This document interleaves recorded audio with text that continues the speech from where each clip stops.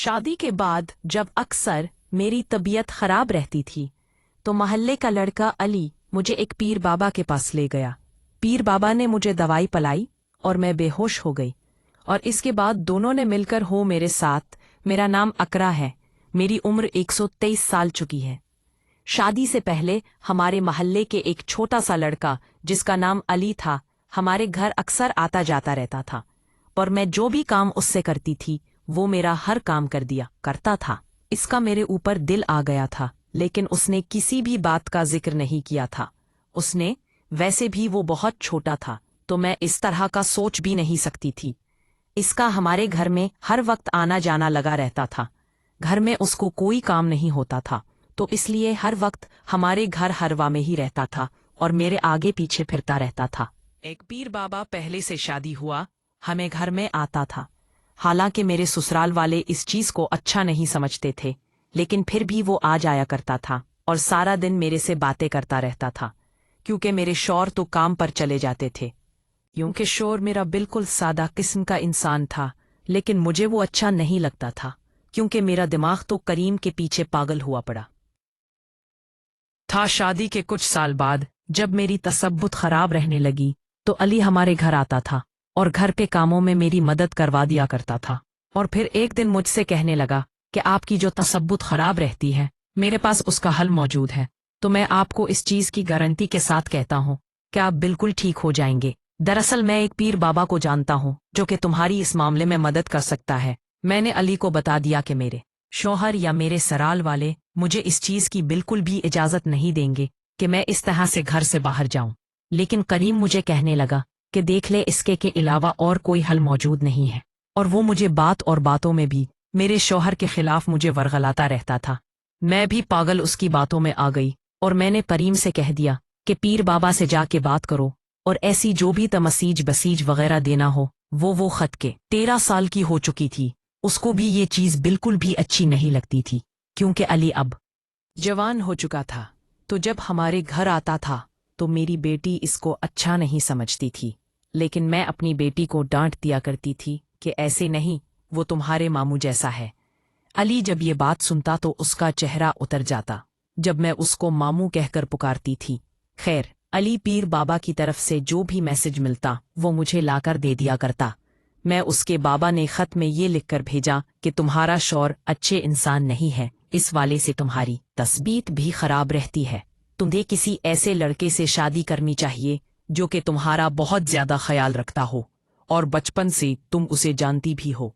अब मेरे जहन में और कोई भी नहीं आ रहा था सिवाय अली के। वो ही मेरे पास रहता था और मेरी हर बात मानता था, लेकिन मुझे यकीन नहीं हो रहा था कि पीर बाबा ऐसी बात कैसे कर सकते हैं। लेकिन मैं मजबूर थी, तो मैंने अपने शौहर से लड़ाई झगड़ा शुरू कर दिया और शौहर से तलाक लेने की डिमांड भी शुरू कर दी।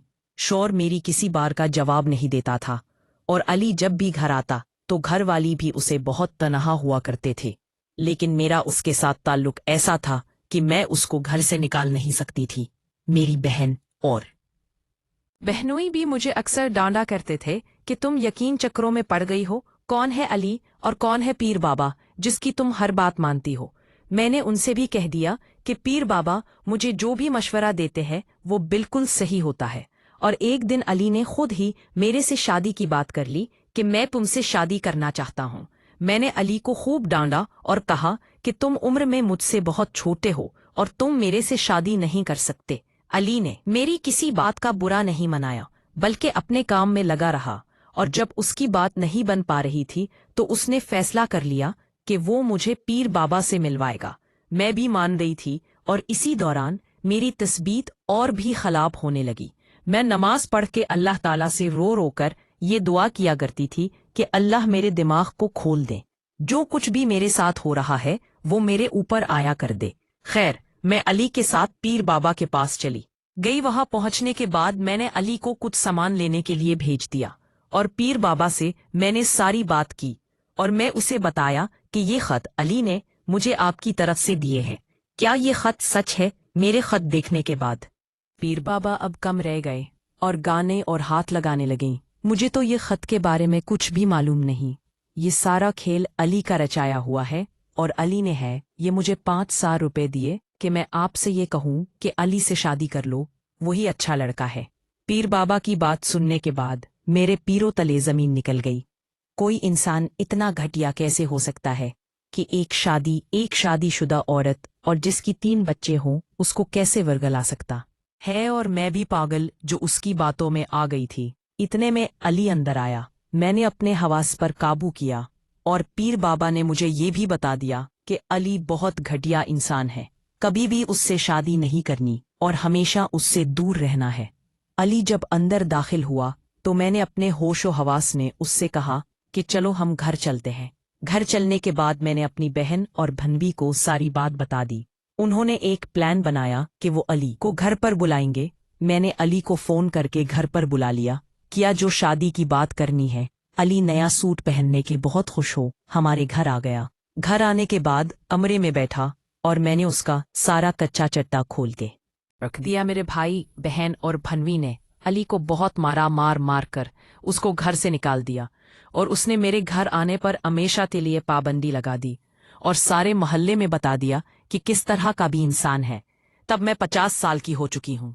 कभी कभी मुझे अपनी इस हरकत पर शर्मिंदगी होती है और मैं अपने शौहर के साथ अच्छी जिंदगी गुजार रही हूँ। सेक्स